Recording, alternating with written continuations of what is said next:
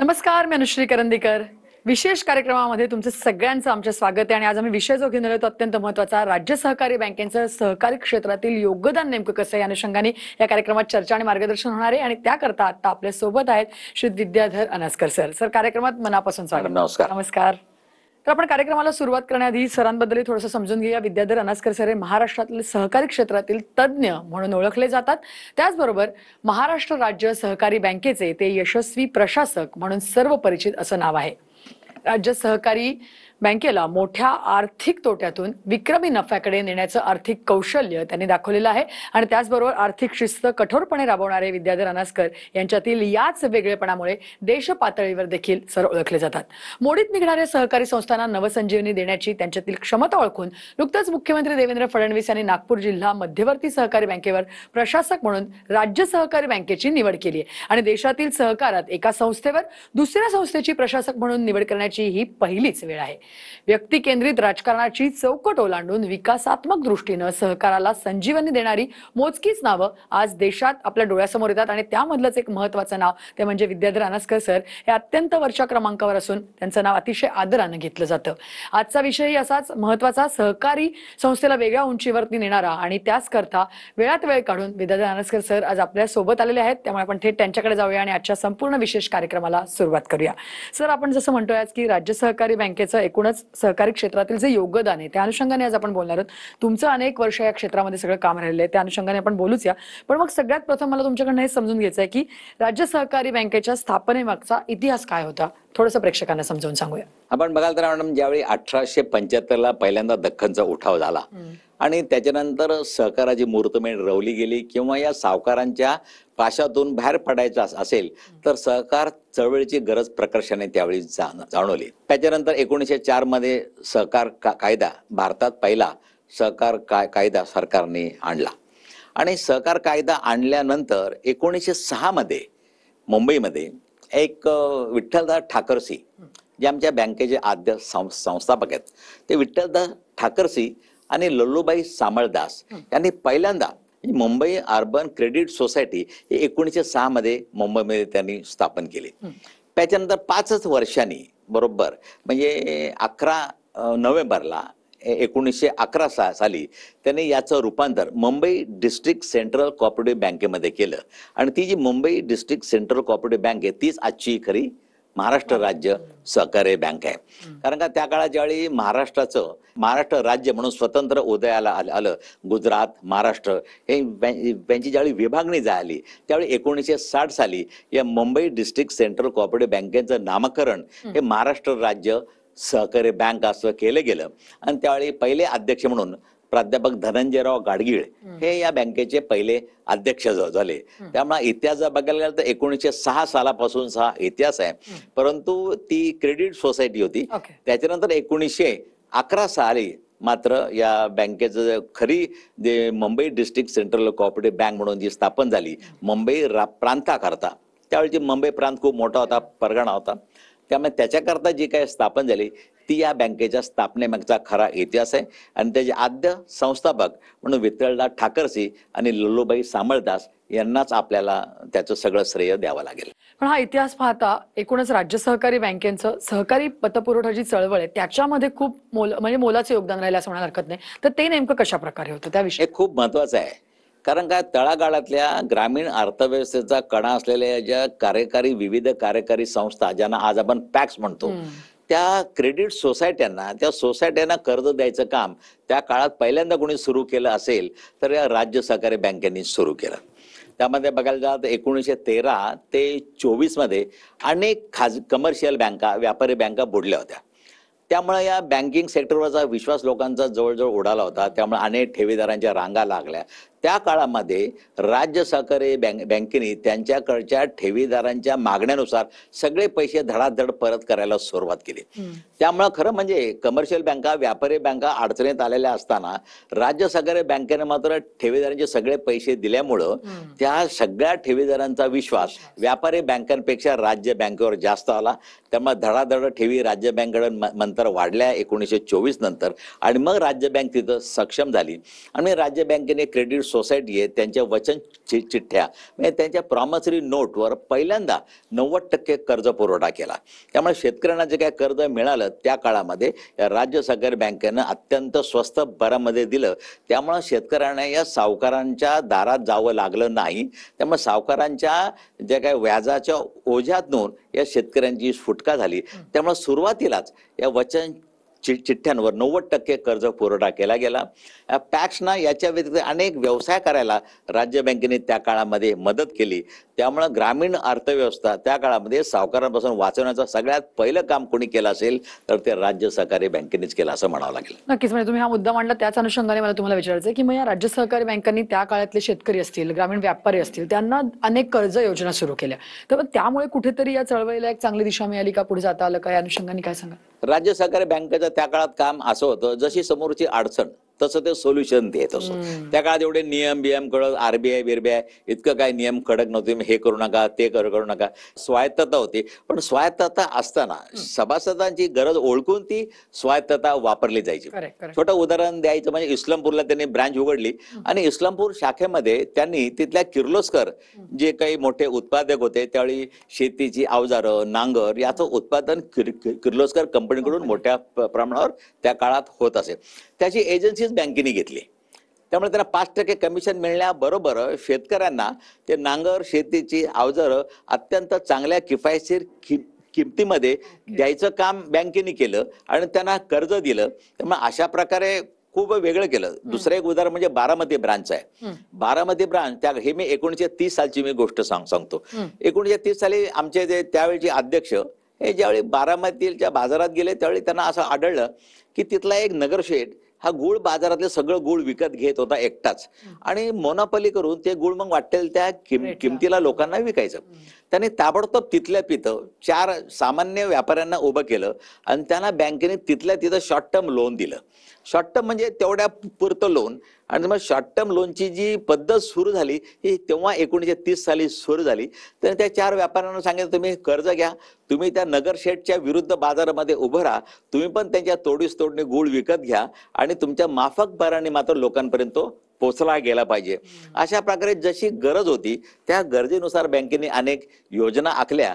त्यामुळे त्या योजना पुढे येण्या कालांतराने आजही त्या योजना टिकून आहेत आणि शॉर्ट टर्म लोन आजही आम्ही देतो शेतकऱ्यांना, या व्यापाऱ्यांना. त्यामुळे अशा अनेक योजना या सहकारी चळवळीमध्ये नवीन योजना या बँकेने सुरू केल्यात असं म्हणावं लागेल. नक्कीच, मला खूप छान उदाहरणं तुम्ही दिली, अगदी लोकांना कळतील अशी. पण त्या अनुषंगानेच मग एकूणच जर का हे सहकाराची जी त्रिस्तरीय रचना आहे ती कुठेतरी राज्य बँकांनी कुठेतरी मजबूत केली का, त्याच्या मागे योगदान त्यांचं चांगलं राहिले का, या अनुषंगाने काय सांगा? एक तर ही राज्य बँक म्हणजे शिखर बँक होती. त्या काळामध्ये शिखर बँक आणि क्रेडिट सोसायटीने कर्ज देत होते. पण यांच्या मधला दुवा म्हणजे जिल्हा बँका होते त्यांची स्थापना या राज्य बँकेच्या काळामध्ये झाली. तुम्ही बघायला गेलं तर 1913 मध्ये फक्त 3 जिल्हा बँका मुंबई प्रांतात होत्या. पण 1924 पर्यंत या 19 जिल्ह्यांमध्ये 14 जिल्हा बँका राज्य बँकेने उभे केल्या. त्यामुळे सगळ्या जिल्हा बँकांना ते कर्ज देत असत. म्हणजे आज जी सिस्टीम आहे ती सरकारकडून राज्य बँक पैसे घेत असे. 60% ते पैसे घ्यायचे, 8% जिल्हा बँकेने द्यायचे, 9% ते पुढे क्रेडिट सोसायटीने द्यायचे. अशा प्रकारे आज जो काय फक्त 1% आपण ज्याला गाळा म्हणता येईल अशा प्रकारे या जिल्हा बँकांना पण सक्षम करायचं काम या राज्य बँकेने केलं. आणि त्या काळात सगळ्यात महत्वाची गोष्ट रिझर्व्ह बँकेची स्थापना झालेली नव्हती. त्या काळात ते जिल्हा बँकांचं जे इन्स्पेक्शन आहे हे राज्य बँकेच्या हातात असायचं. म्हणजे राज्य बँक त्यांचं इन्स्पेक्शन करत होती. त्यामुळे फिनान्शियली स्ट्रॉंग म्हणजे वेल मॅनेज अँड फिनान्शियली स्ट्रॉंग असं जे काय म्हणता येईल या जिल्हा बँक वागतायत का नाही याचं संपूर्ण नियंत्रण हे राज्य बँकेचं असायचं. त्यामुळे राज्य बँक या जिल्हा बँकांना अडचणीला मदत करत होती, लिक्विडिटी प्रोव्हाइड करत होती, निरनिराळ्या प्रकारे आर्थिक मदत करून जिल्हा बँका सक्षम कशा राहतील याचं परिपूर्ण काळजी त्या काळामध्ये राज्य बँकेने घेतल्याचं आपल्याला दिसून येतं.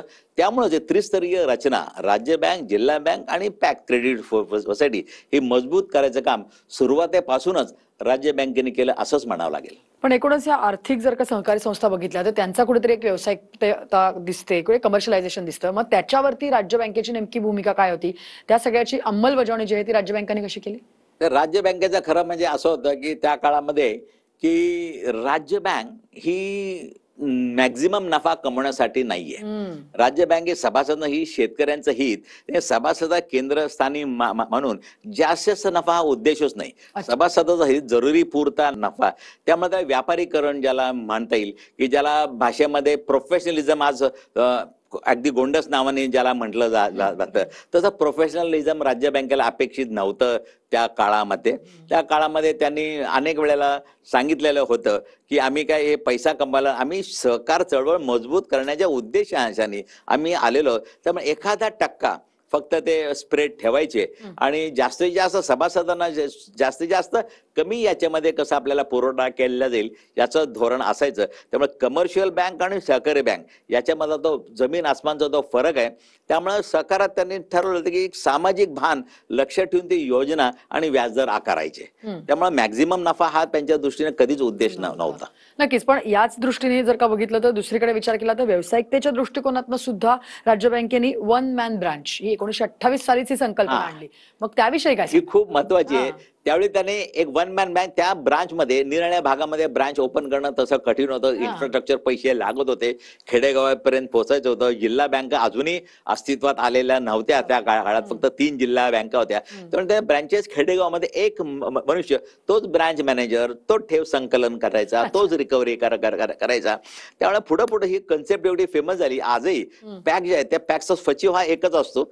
या ज्या बँका आहेत वन मॅन ब्रांच, आजही तुम्ही बघायला जाता अनेक ठिकाणी कमर्शियलच्या नावाखाली ऑफिसर ब्रांच असते, 3-4च लोक असतात.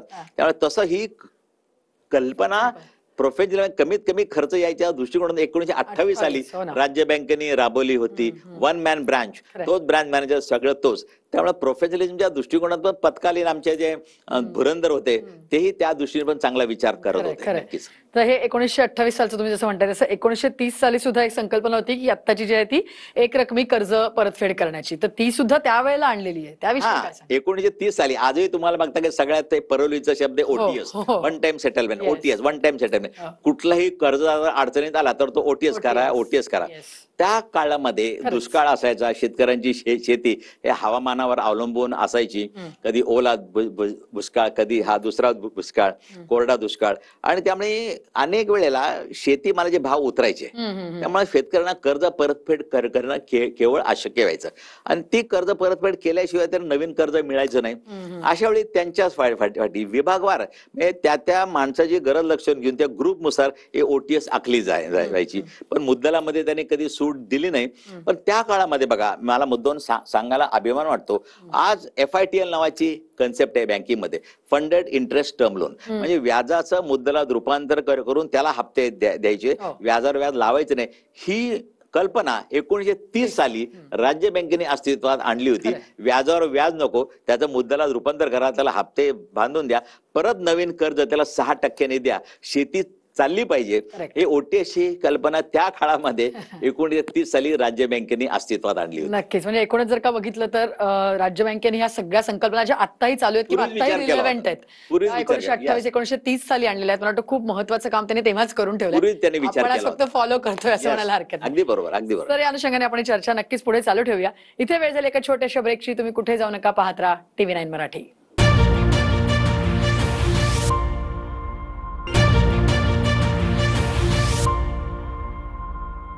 ब्रेकनंतर आमच्या विशेष कार्यक्रमात तुमचं सगळ्यांचं पुन्हा एकदा स्वागत. आपण बोलतोय की राज्य सहकारी बँकेचं एकूणच सहकारी क्षेत्रातलं योगदान नेमकं कसं आहे आणि त्या अनुषंगाने आपण पुन्हा एकदा सरांकडे जाऊन चर्चेला सुरुवात करूया.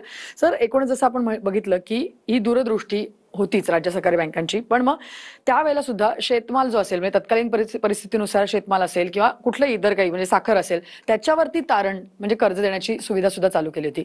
मग तेव्हाची परिस्थिती, आत्ताची परिस्थिती, या अनुषंगाने याचं डिफरन्शिएशन कसं करा? बरोबर आहे. त्यावेळी 1930 साली या बँकेने सर्वप्रथम गूळ असेल, कापूस असेल यांच्या तारणावरती कर्ज द्यायला सुरुवात केली. आणि आजही आम्ही त्या साखरेच्या वेळेवर आम्ही आजही कर्ज देतो, आम्ही त्याला प्लेज म्हणतो. आणि त्या काळामध्ये शेतकऱ्यांना FRP म्हणजे शेती ऊस उत्पादकांना पैसे देण्यास वाटी या तारणावरती कर्ज द्यायला सुरुवात त्या काळामध्ये 1930 साली झाली.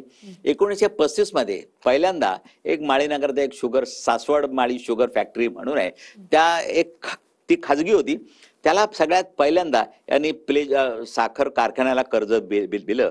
अशा प्रकारे त्यांनी प्लेजच्या अगेन्स्ट म्हणजे माल तारण कर्ज ज्याला म्हणतो ती कल्पना, आजची कल्पना, आज हे माल तारण कर्ज खूप फेमस आहे बँकांमधून, ती 1930 साली या राज्य बँकेने ती कल्पना राबवली होती. नक्की. पण एकूणच जर का बघितलं तर बँकेचं हे संपूर्ण योगदान विविध क्षेत्रांमध्ये तसंच महाराष्ट्रातल्या कृषी औद्योगिक क्रांतीमध्ये देखील राहिलंय. त्याविषयी काय? कृषी औद्योगिक म्हणजे त्या काळात बघायला जात 1950 साली हा.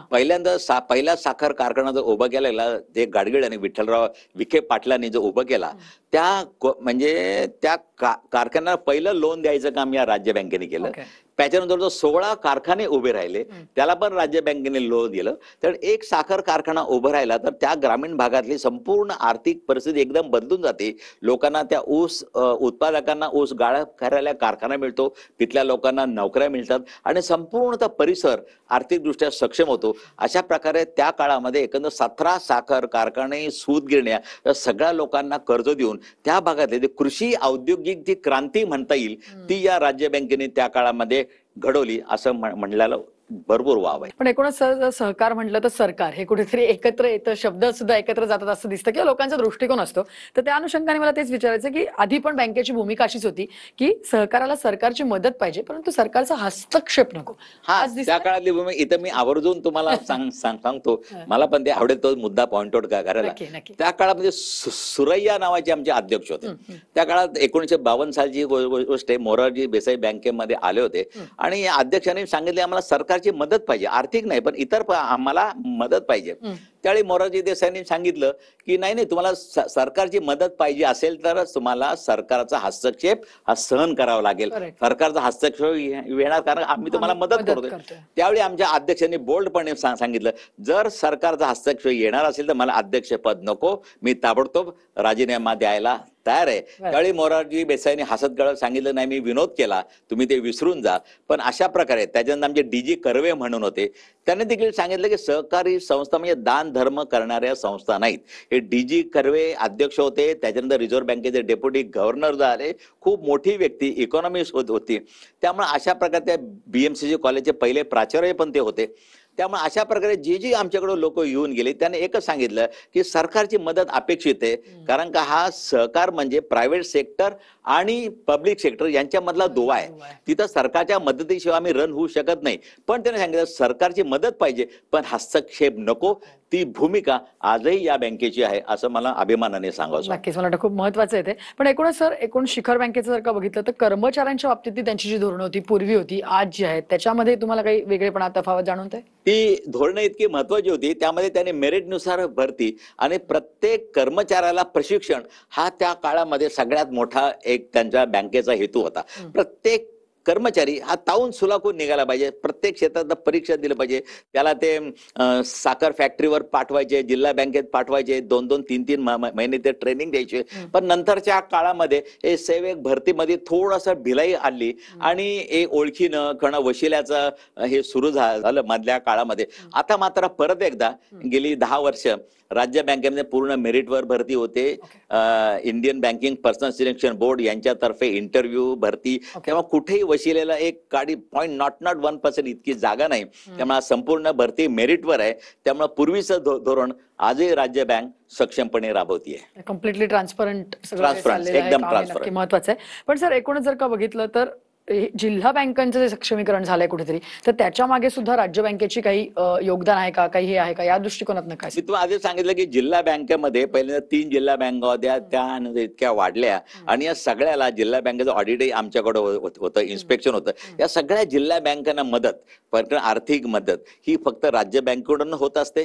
आजही जिल्हा बँकांचं एक वार्षिक जर आढावा बैठक होती ती पण ती आमच्याकडेच होती. आणि या सगळ्या प्रकारे जिल्हा बँकेचं पालकत्वच या राज्य बँकेने स्वीकारलेलं असल्यामुळं जिल्हा बँकांच्या सक्षमीकरणासाठी प्रत्येक आजही परवा मला देवेंद्रजी आमचे मुख्यमंत्री आहेत त्यांनी नागपूर जिल्हा बँकेचा पहिल्यांदा राज्य बँकेला प्रशासक म्हणून नेमलं, एखाद्या संस्थेला दुसऱ्या संस्थेवर. आजही आम्ही बुलढाणा बँकेला 300 कोटी रुपये आत्ताच लोन दिलं. आज मी नाशिक जिल्हा बँकेचा एक संस्थात्मक सल्लागार म्हणून आमची नेमणूक होतीये. त्यामुळे अशा प्रकारे अडचणी असलेल्या सगळ्या जिल्हा बँकांना हे मदत करणं. पण याच्याकरता त्याकरता राज्य बँक सक्षम होणं आवश्यक होतं. ते आम्ही सक्षम झाल्यानंतर आमच्या त्रिस्तरीय रचनेमध्ये इतरांना पण सक्षम करायचं काम हे निश्चितच आमचं आहे. नक्कीच, पण हे राज्य बँकेने कुठेतरी जिल्हा बँकांना सक्षमीकरणासाठी महत्वाची भूमिका बजावलीच आहे. पण मग नागरी सहकारी बँकेचं म्हणजे त्यांच्या दृष्टीने हा, त्या काळात तुम्ही नागरी सहकारी बँका हा पण आमचाच एक भाग आहे. तुम्ही त्या काळात बघायला जाल तर फक्त एक 44 नागरी सहकारी बँका होत्या. त्याच्यानंतर एकदम त्या 206 नागरी सहकारी बँका झाल्या. 4 नागरी सहकारी बँका आजही या अडचणीत होत्या. त्यांना त्या काळामध्ये आर्थिक मदत केली, त्या नागरी सहकारी बँकांना वाचवण्यात आल्या आणि या सगळ्या नागरी सहकारी बँकांना एकत्र आणून त्यांचं क्लिअरिंग हाऊस राज्य बँकेने सुरू केलं. किंबहुना या सगळ्या बँकांचं असोसिएशन राज्य बँकेने स्थापन केलं. आजही ते असोसिएशन आहे, जी Maharashtra urban cooperative bank association म्हणून वडाळ्याला ते आजही त्याची स्थापना संस्थापैकी राज्य सहकारी बँकच आहे. इव्हन त्या असोसिएशनचा जो अध्यक्ष असतो हा राज्य बँकेचा अध्यक्ष पदसिद्ध अध्यक्ष असतो. नक्कीच, म्हणजे एकूणच सर तुम्ही जसं म्हणाल तसं की राज्य सहकारी बँकेची ही जी भूमिका आहे सगळ्या क्षेत्रांमध्ये महत्वाची दिसलेली आहे. त्यामुळे जर का या सगळ्या गोष्टी पाळल्या गेल्या, जसं आपण मगासपासून म्हणतोय की ती धोरणं किंवा त्या भूमिका अगदी 1928 1930 पासून चालू आहेत, त्या जर का पाळल्या गेल्या आणि त्या जर का पुढे जर का आणखी वृद्धिंगत केल्या गेल्या तर राज्य सहकारी बँकेला खूप महत्वाचं आणखीन योगदान सगळ्याच दृष्टिकोनातून देता येईल हे नक्की आहे. आणि मला वाटतं तुमच्यासारखी लोक त्याच्याबरोबरीने काम करताय म्हटल्यानंतर हे यश नक्कीच त्यांना कठीण नाहीये. तर त्या अनुषंगाने सर तुमच्या सगळ्या कार्यासाठी तुम्हाला खूप साऱ्या शुभेच्छा आणि या विषयावरती तुम्ही इथे एवढं छान सगळ्यांना आम्हाला चर्चा केलीत, मार्गदर्शन केलं त्याबद्दल धन्यवाद. Thank you madam. नमस्कार. थँक्यू. या विषयासह आता आम्ही इथेच थांबतोय. तुम्ही कुठे जाऊ नका, पाहत राहा TV9 मराठी.